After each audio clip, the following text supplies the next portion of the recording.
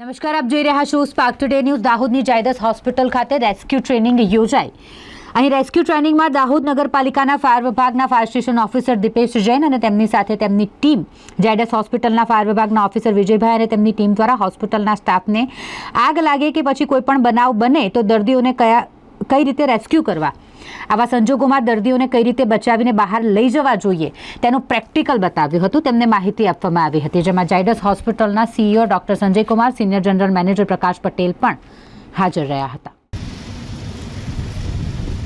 આજે આપણે ડિટેલ આવી જશે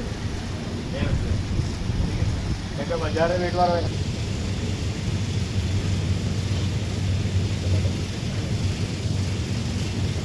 જો કોઈ પેટર્ન ઊંધો પડ્યો હોય અને આપણાથી લિફ્ટ ના થાય તો આના શોલ્ડર પકડી અને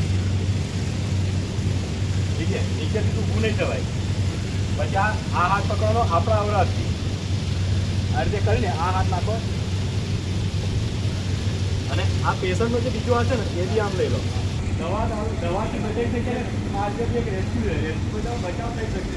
ઠીક છે, આપણે કોઈ કોમ્પ્યુટર ઉડી જાય તો આપણે આ રીતે પણ કોઈનો જીવ બચી જાય. બરાબર, એ બધા પ્રયત્નો આપણે કરવાના.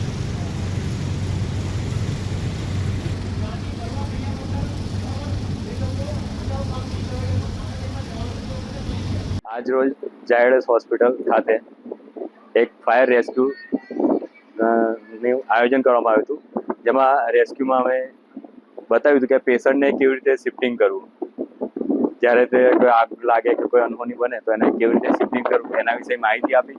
અને દાહોદ નગરપાલિકાની ટીમ અને Dahod fire station officer Dipesh Jain sir સાથે રહીને અમે એક રેસ્ક્યુ ટ્રેનિંગનું આયોજન કર્યું હતું, જેમાં અમે અમારા મેનેજમેન્ટ સ્ટાફ, સિક્યુરિટી સ્ટાફ અને વોર્ડ બોય સ્ટાફને વગેરેને રેસ્ક્યુ કેવી રીતે કરવું અને આપણે ખુદ કેવી રીતે બચવું એના વિશે માહિતી પ્રાપ્ત કરાવી હતી.